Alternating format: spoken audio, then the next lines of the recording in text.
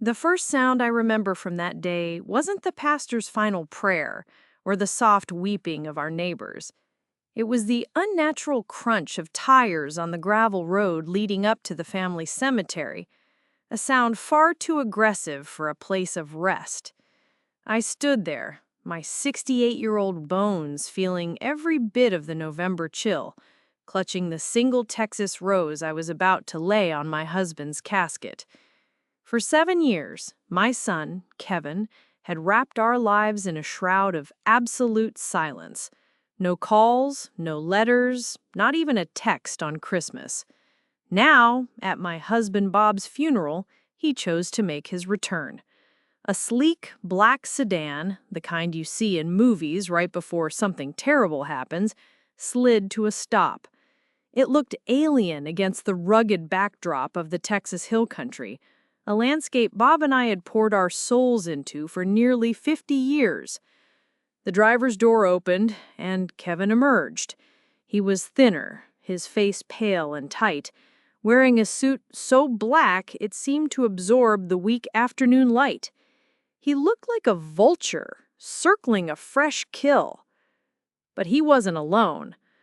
A woman followed him out of the car, sharp and severe in a pantsuit that seemed to defy the dust and mud. Her heels sank slightly into the damp soil, and she looked around with an expression of faint disgust, as if our entire life's work was something to be wiped from the bottom of her shoe. I'd never seen her before, but I knew instantly she was trouble. She was the city. The fast money, everything that had lured my son away from us. They moved through our small gathering of friends and family, not with the deference of mourners, but with the unnerving purpose of predators. They didn't speak to anyone. They didn't nod at the neighbors who had known Kevin since he was a boy. They just walked. Their polished Italian shoes a stark contrast to our worn leather boots, and stopped at the edge of the grave. Kevin's eyes met mine across the polished mahogany of Bob's casket. There was no grief in them, no remorse, just a cold, flat assessment.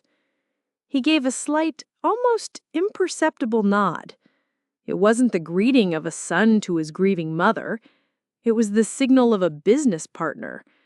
The woman beside him, who I would later learn was named Tiffany, offered a small, tight smile that never reached her eyes. It was a flicker of triumph. The silence stretched, thick and heavy. Our friends shuffled their feet, unsure what to do.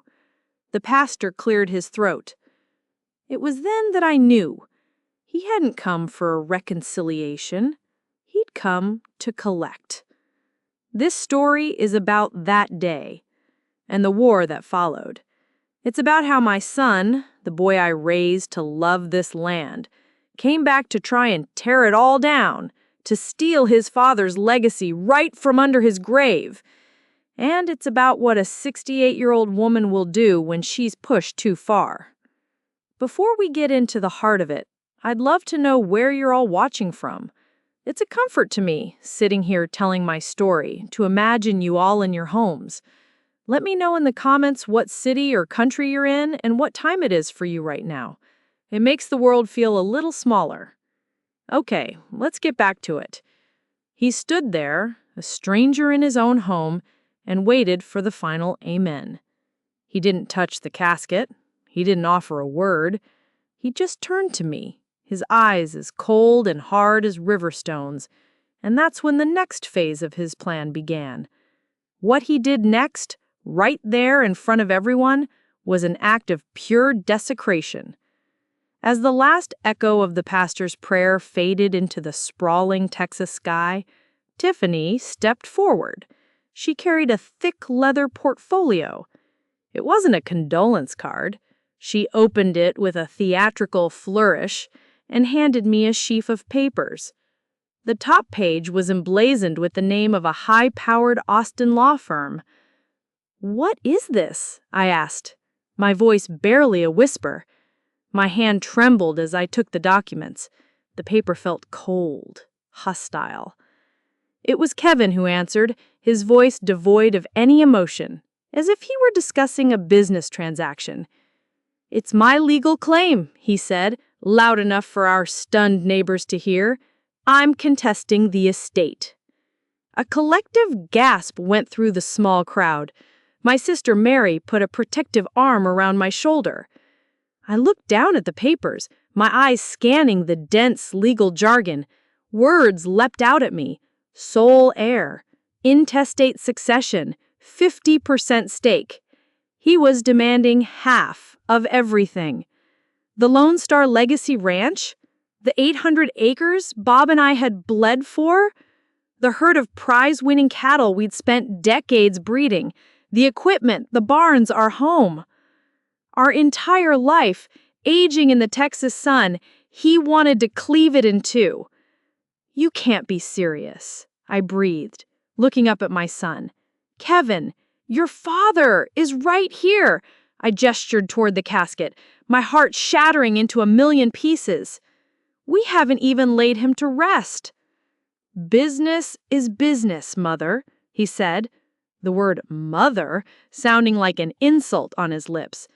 "As his son, and in the absence of a publicly filed will, I am legally entitled to half.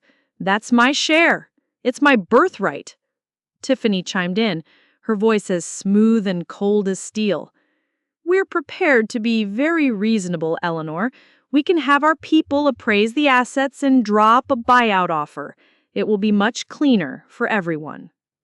The audacity of it took my breath away. They spoke of our home, our legacy, as if it were a stock portfolio to be liquidated.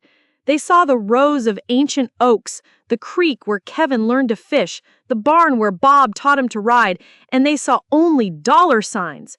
The love, the struggle, the 47 years of shared dreams, none of it mattered.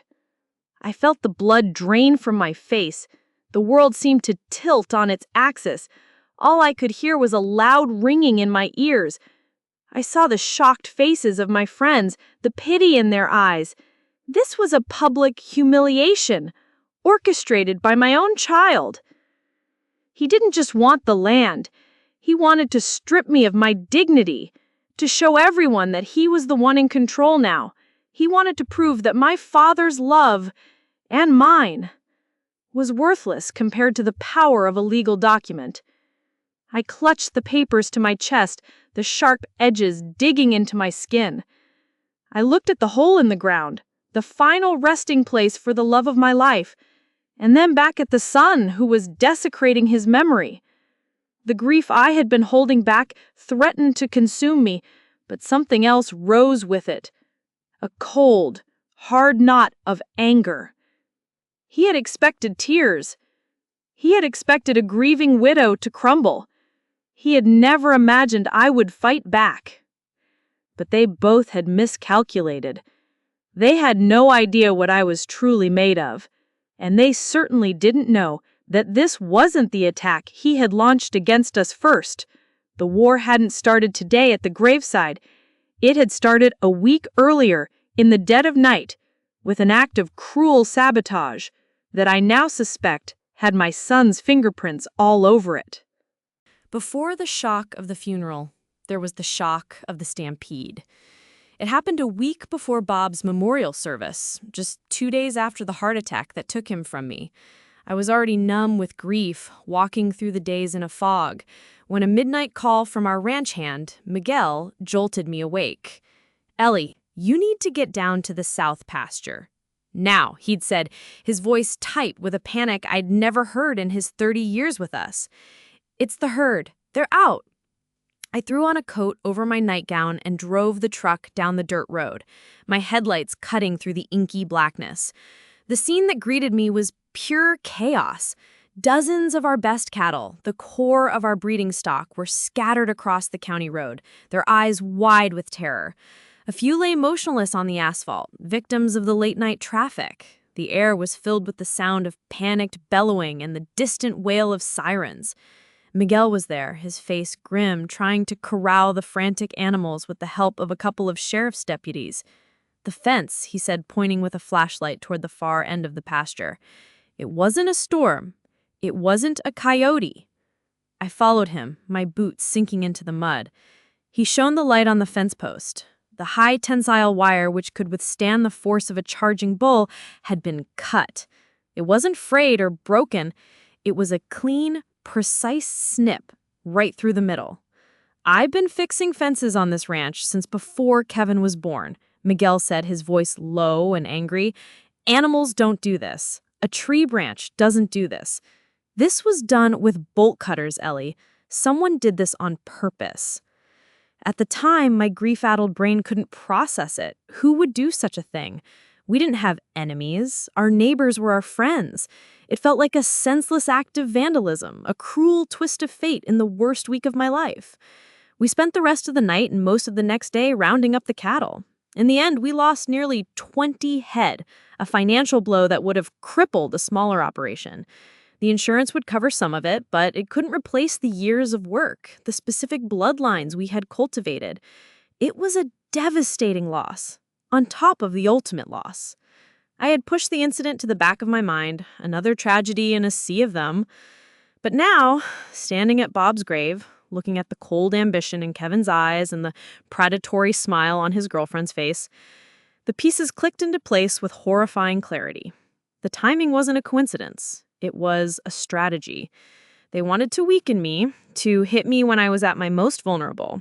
They knew the financial strain the loss would cause. They had created a crisis, a fire, and now they were showing up with a bucket of water, offering to help by buying the very thing they had tried to devalue. It was a plan so cruel, so deeply personal in its malice, that it made my stomach turn. This wasn't just about money. It was about power. It was about breaking my spirit so I'd have no fight left in me. The realization settled in my bones, cold and heavy as lead. My son, the little boy who used to cry if a calf was sick, had orchestrated this. He had tried to ruin us to get what he wanted. As I stared at him across his father's grave, I wasn't just looking at a greedy child. I was looking at a stranger, a man capable of a kind of darkness I had never imagined. And as I looked back at our life, I realized the signs of this darkness had been there for a long, long time. The Lone Star Legacy Ranch wasn't something we inherited. It was something we built from dust and dreams. When Bob and I arrived in the Texas Hill Country back in the late 70s, all we had was a rusted-out Ford pickup truck, a few $100s to our names, and a shared, stubborn belief that we could coax life out of this unforgiving earth.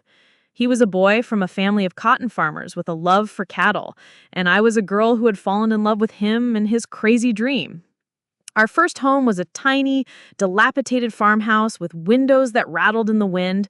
While our friends were buying homes in the suburbs and taking cruises, we were digging irrigation ditches until our hands bled.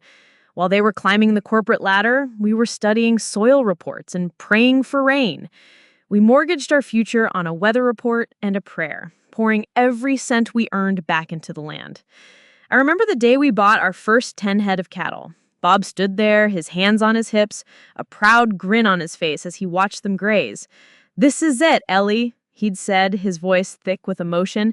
"This is the start of it all." And it was. Over 47 years, this ranch became more than our home. It was the tangible evidence of a shared vow. Every fence post we hammered, every calf we pulled in the middle of a freezing night, every scar on our hands was a testament to our partnership. This land had raised us as much as we had raised it. It taught us patience, resilience, and the deep, quiet satisfaction of seeing something grow because you willed it to. It was our body's autobiography. The ache in my back was from 1,000 bales of hay. The lines around Bob's eyes were from squinting into a million sunsets, checking on his herd. We weren't just landowners. We were guardians of a story we were writing together every day. The ranch was our third partner in our marriage, a living, breathing entity that we loved with a fierce and protective passion. We weren't just building a business. We were building a legacy. A place of substance, of meaning. In a world that was getting faster and more disposable, we were creating something real, something that would last, something to pass on. We thought we were building it for him, for our son, and for a long time it seemed like he was the perfect heir to that dream. This place, this life, it was all supposed to be for Kevin. We never imagined he'd be the one to try to burn it all to the ground. Kevin grew up with the scent of hay in his hair and the red Texas dust on his clothes. He wasn't a child raised on television and video games. His playground was 800 acres of rolling hills and open sky. He used to tear through the pastures on his little pony, his laughter echoing against the limestone cliffs, a little king in his wild domain. He knew the name of every cow, the location of every creek, the best spots to find arrowheads after a hard rain. He loved this place. I was so certain of it. I was sure its roots were tangled with his own. Bob would spend hours with him, teaching him how to read the sky, how to mend a fence, how to tell if a cow was sick just by the way she stood. He'd say, "This will all be yours one day, son. You're the future of this ranch." And Kevin would beam with pride. I have photographs of him, a small boy in oversized cowboy boots, his face serious as he helped his father with the chores. I believed with every fiber of my being that he would be the one to carry our legacy forward when our hands grew tired and our steps became slow. But a person's heart is its own uncharted territory.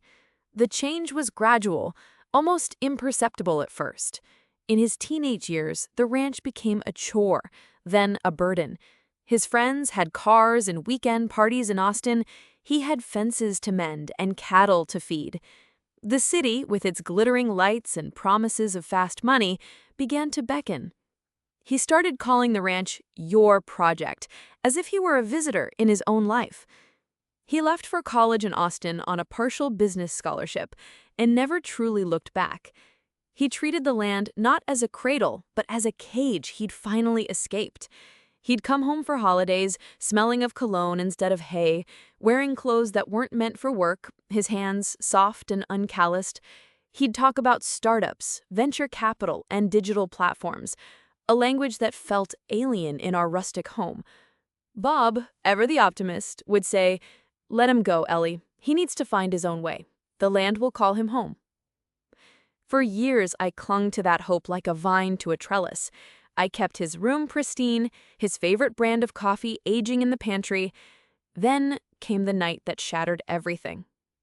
He was 25, home for a weekend, and he wanted money, a lot of it, for a can't-miss tech investment. Bob and I were hesitant. We asked for a business plan, for details. We offered to help him start his own herd, to invest in the ranch. That's when the rage boiled over. He accused us of holding him back, of wanting him to be stuck in the past. "You don't get it," he yelled. "I don't want to smell like dirt for the rest of my life." I tried to reason with him, to tell him we just wanted him to be smart, to be safe. I put my hand on his arm, and he flinched away from me. "Don't touch me," he seethed. His eyes were wild. I tried to speak again, and that's when he did it. He slapped me. Hard. The shock of it, the sting on my cheek, was nothing compared to the blow to my heart. Bob rose from his chair, his movements slow but absolute. He didn't raise his voice. He simply stood between us, a silent, immovable wall. He looked at Kevin, his expression one of profound, bottomless sorrow, and said 2 words: "Get out."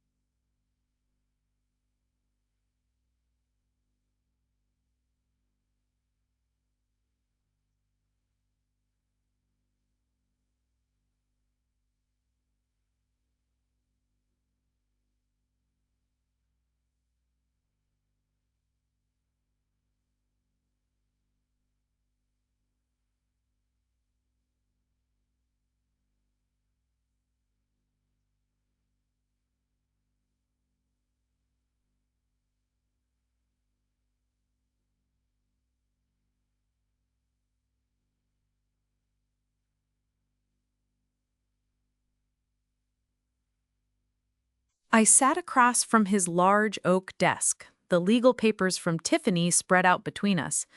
I told him everything. The scene at the funeral, the history of Kevin's estrangement, the late-night stampede and the cut fence, and finally, Tiffany's visit and her ultimatum. Ben listened patiently, his brow furrowed, his lips pressed into a thin, grim line. He picked up the legal filing and read through it, his expression growing more serious with each page. "They're aggressive, Ellie," he said, finally looking up. "Their entire case is built on the premise that Bob died intestate, without a will. They're banking on the state's inheritance laws to automatically grant Kevin half of the estate." He leaned back in his chair. "And their threat about contesting your character, it's a common, nasty tactic. They'll request depositions, financial records, medical records for Bob. They'll try to prove you manipulated him in his final years when his health was failing. It's designed to wear you down, to make you want to settle just to make it stop." My heart sank. The thought of having to defend my love for Bob, of having strangers pick apart the sacred privacy of our marriage, was nauseating. "So what do we do, Ben?" I asked, my voice weary. He looked at me, a long, steady gaze. "First, you tell me. I know Bob. He was a meticulous man. It's hard for me to believe he wouldn't have his affairs in order. Did he ever update his will after Kevin left for good?" This was the moment, the turning point. I felt a surge of strength, the cold resolve that had been solidifying within me since the funeral. I met his gaze and held it. "He did, Ben," I said quietly. Ben leaned forward, his eyes sharp. "Was it formal? Did you have it witnessed, notarized?" "Yes," I said, "all of it. He did it about 2 years ago, after his first minor heart scare. He said it was time to make things official, to protect what we'd built." A long, slow breath escaped Ben's lips. It was a breath of profound relief. A small smile touched the corners of his mouth. "That's good, Ellie," he said, his voice filled with a new energy. "That's very, very good. Where is it?"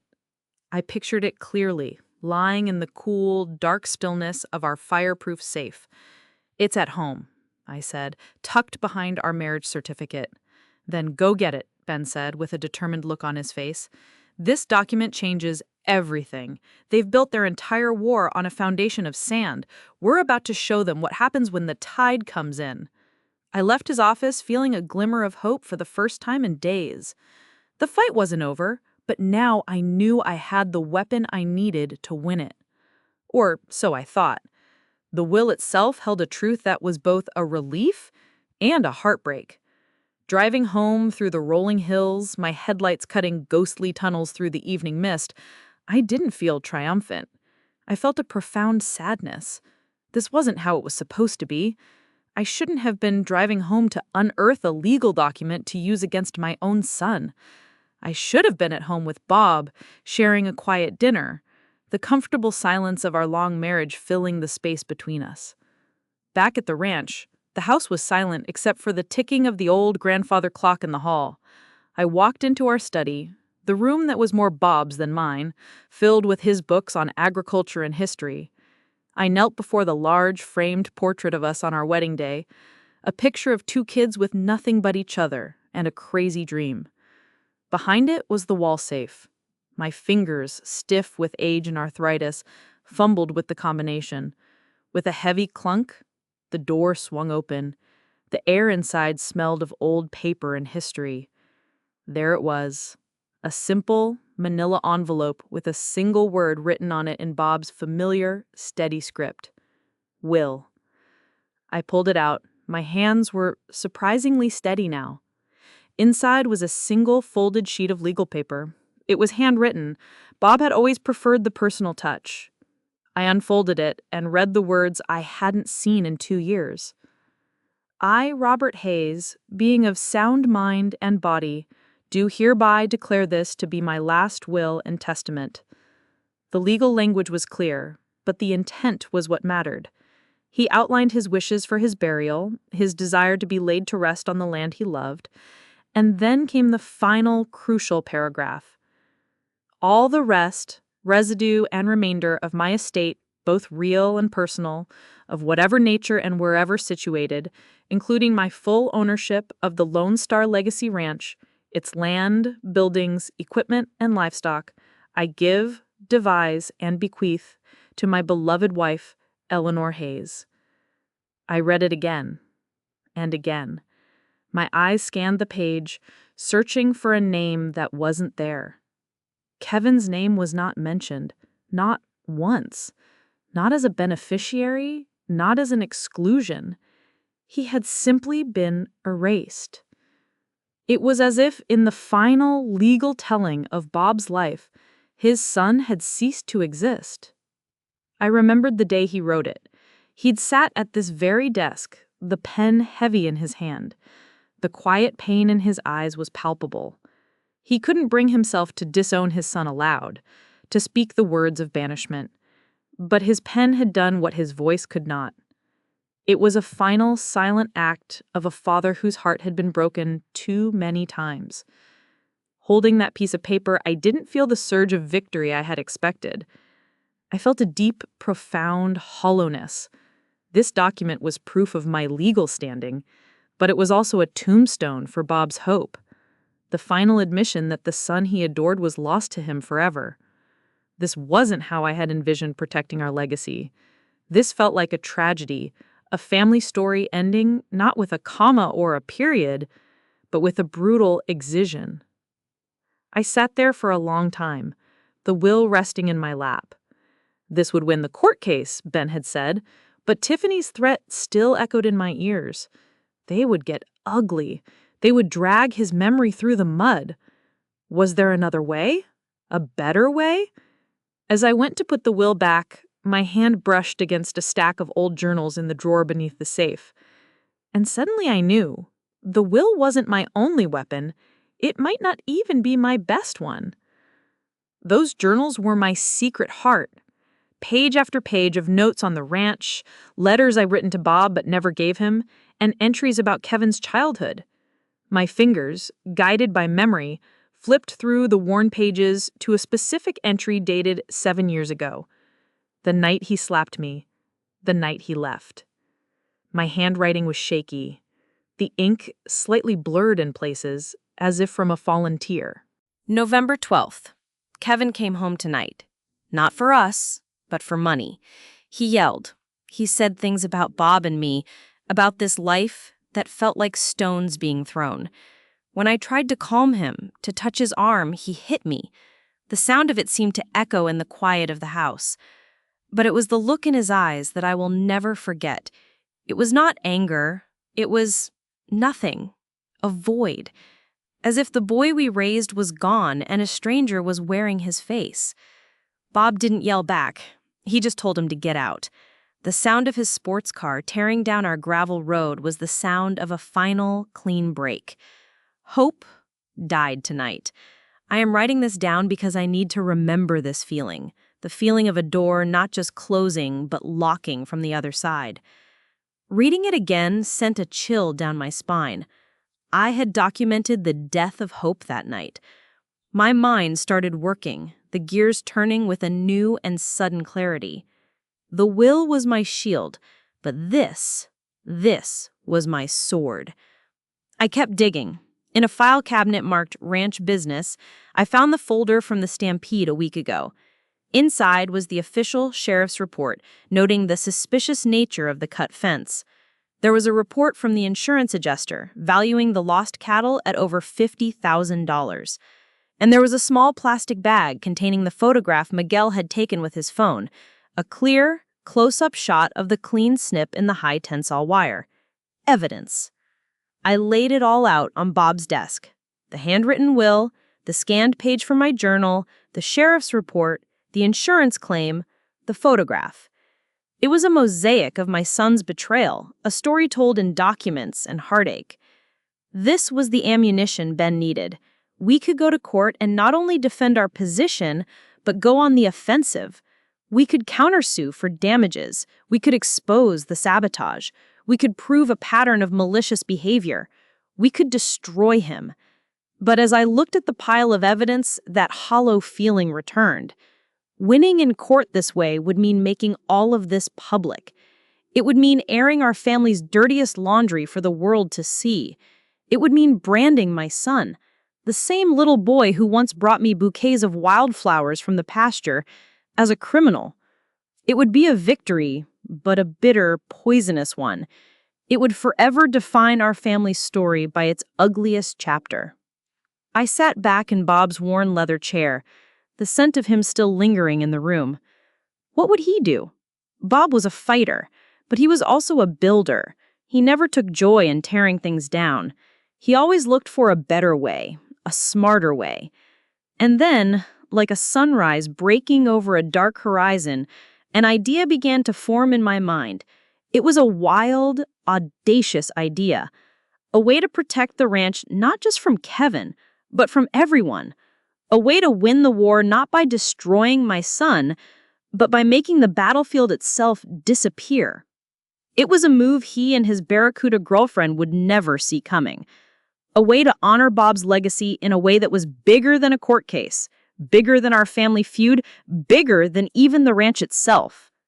The next morning, I called Ben before he'd even had his first cup of coffee. "Ben," I said, my voice clear and steady, "I have an idea, and it's a little unconventional." I laid it all out for him. I don't want to go to court and fight him with these documents. I don't want to spend the rest of my life locked in a legal battle with my own son, dragging Bob's name through the mud. Winning that way feels like losing. "So what are you suggesting, Ellie?" he asked, his voice cautious.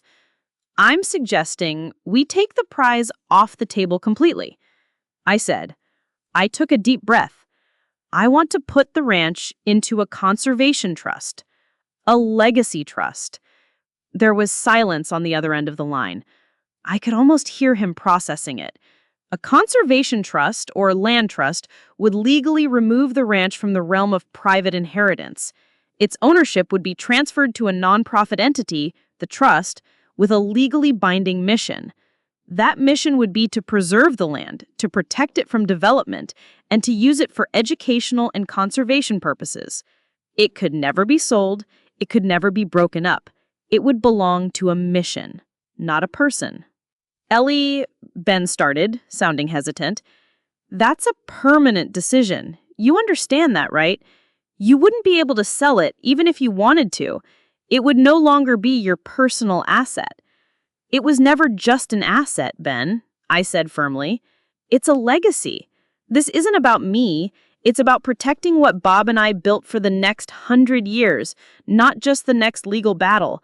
It's about ensuring this piece of Texas stays wild and whole long after I'm gone. Kevin sees it as a pile of trash. I want to make it something that can't be bought or sold." It was a way to honor Bob that felt right, that felt true to the man he was. He loved this land. He loved teaching young people about ranching. A trust could create scholarships for agriculture students. It could host workshops on sustainable ranching. It could be a living, breathing tribute to his life's work. And tactically, it was the perfect countermove. It wasn't defense. It was transcendence. It lifted the Lone Star Legacy Ranch out of the grubby arena of an inheritance dispute and placed it onto a higher plane. Kevin couldn't claim 50% of something that no longer existed as a private inheritable property. Ben was quiet for a long moment. I could hear the faint sound of him tapping a pen on his desk. Finally, he spoke, and there was a note of admiration, of excitement in his voice. "Ellie, it's a brilliant move. It's an absolute game changer. It's not just a legal strategy, it's a moral one. It's exactly what Bob would have wanted." He paused. "But there's a problem, a big one. The court date is in 2 weeks. Establishing a trust of this magnitude with all the legal filings, the appraisals, the board appointments, it takes months, sometimes years. I don't know if it's possible to get it done in time." His words were a splash of cold water, but the fire inside me was burning too brightly to be extinguished. I said, "Then we'll have to make it possible, Ben." My voice filled with a conviction that surprised even me. "We have to try." This was the moment. The moment the fear turned into fuel. I was about to embark on the biggest race of my life. Thank you all so much for sticking with me on this journey. It means the world to me. If you're still here, still listening, do me a favor and just comment the number 1 below so I know you're still with me. Okay, the clock was ticking. We had 2 weeks to pull off a legal miracle. The next 14 days were a blur of focused, furious activity. It was like preparing for a hurricane, but instead of boarding up windows, we were building a fortress of legal paperwork. My grief, which had been a heavy, suffocating blanket, was channeled into a powerful current of purpose. I barely slept, I barely ate. I lived on black coffee and sheer determination. I dove into the world of land trusts, conservation easements, nonprofit governance. Ben Carter was a miracle worker. He called in favors from every corner of the state. His small office was transformed into a bustling command center. Young paralegals worked late into the night, drafting bylaws and mission statements. Land appraisers, who normally had a 6-month waiting list, agreed to do an emergency valuation of the ranch for the trust filing. Miguel, my loyal ranch hand, became my rock. He understood immediately what I was trying to do. "Bob would be so proud of you, Ellie," he said, his eyes misty. He helped me gather decades of records, breeding charts, soil reports, financial statements. He spoke to the appraisers, his deep knowledge of the land and the herd proving invaluable. I was on the phone constantly, recruiting a board of directors for the newly formed Lone Star Legacy Trust. I called a retired agriculture professor from Texas A&M, a woman who ran a local conservation group, and even our town's veterinarian. I told them my story, my vision. I didn't just ask for their help, I invited them to be guardians of a legacy. And one by one, they said yes. They were moved by the story and inspired by the mission. There were moments of doubt. One night, buried in a mountain of paperwork, I felt a wave of exhaustion so profound I thought I couldn't go on. Was I crazy? Was I destroying my own financial security on a matter of principle? I looked up at the portrait of Bob and me on the wall. I saw the hope in our young eyes, the grit in our smiles. We hadn't taken the easy road then, and I wouldn't take it now. This was for him. This was for us. The day before the court date, Ben called me. "It's done, Ellie," he said, his voice weary but triumphant. "The trust is officially filed with the state of Texas. It's legal, it's binding. The Lone Star Legacy Ranch is no longer your property." A wave of relief so powerful it made my knees weak washed over me. We had done it. We had pulled off the impossible. That evening, I didn't work. I walked out to the pasture as the sun was setting, painting the sky in fiery strokes of orange and purple. The cattle were grazing peacefully. The land felt calm, safe. I wasn't just its owner anymore. I was its steward. I had given it a future that was secure, a purpose that would outlive us all. I thought about Kevin. He and his lawyers would have spent the last 2 weeks preparing their attacks, sharpening their knives to carve me up on the witness stand. They were preparing for a street fight, unaware that I had already lifted the entire street onto a different plane. Tomorrow, he would walk into that courtroom expecting a battle. Instead, he was going to get a lesson in what legacy truly means. And I would be there to see the look on his face when he finally understood the game was over before it had even begun. The courtroom was sterile and soulless, all polished wood and fluorescent lights, the complete opposite of the vibrant, living world of the ranch. It felt like a place where stories and legacies went to die, chopped up into the cold, hard language of legal filings. I walked in wearing a simple navy dress and my grandmother's silver brooch shaped like a Texas bluebonnet. I felt calm, centered. Kevin and Tiffany were already there, sitting at the plaintiff's table. Kevin wore another one of his ridiculously expensive suits, a mask of detached confidence on his face. Tiffany was whispering in his ear, occasionally glancing over at me with a smirk. They looked like two sharks who could already taste blood in the water. Their lawyer, a slick man with slicked back hair, stood up and began his opening statement. He painted a picture of Kevin as a wronged son, a devoted child cast aside by a manipulative, grieving mother who had taken advantage of her husband's failing health. He spoke of Kevin's birthright, his deep emotional connection to his ancestral home, and his desire to honor his father's legacy. The hypocrisy was thick. I could have choked on it. I just sat there, my hands folded calmly in my lap, and let him talk. I glanced at the jury members. Some of them were looking at me with pity, just as Tiffany had planned. Then it was Ben's turn. He stood up slowly, a stark contrast to the other lawyer's aggressive posture. He didn't pace. He didn't raise his voice. He simply walked to the judge's bench. "Your Honor," he said, his voice calm and measured, "we do not intend to argue the plaintiff's claims about his emotional connection to the ranch. We do not intend to call Mrs. Hayes to the stand to defend her character or her marriage. We believe the facts of this case render such a painful exercise unnecessary." Kevin's lawyer looked confused. Kevin and Tiffany exchanged a look. This wasn't going according to their script. Ben continued.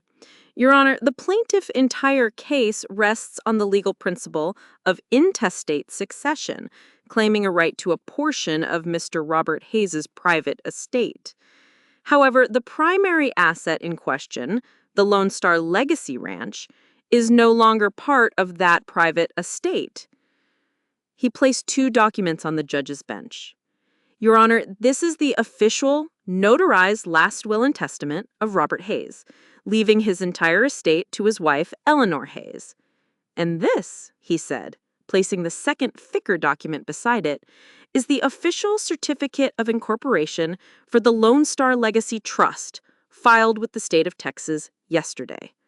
The ownership of the Lone Star Legacy Ranch was legally and irrevocably transferred to this conservation trust." He turned slightly to face Kevin and his lawyer. "In short, Your Honor, the asset my client's son is attempting to claim no longer exists in a form that can be claimed." A ripple of murmuring went through the courtroom. The judge picked up the documents, his eyes scanning them carefully. Kevin's lawyer stammered, his face turning pale. "Your Honor, this is an outrage. This is a last-minute trick." The judge silenced him with a look. He continued to read, his expression unreadable. Finally, he looked up over his glasses, first at Ben, then at me, and then his gaze settled on Kevin. For the first time, Kevin's mask cracked. The detached confidence vanished, replaced by sheer, uncomprehending shock. He looked at me, his mouth slightly agape.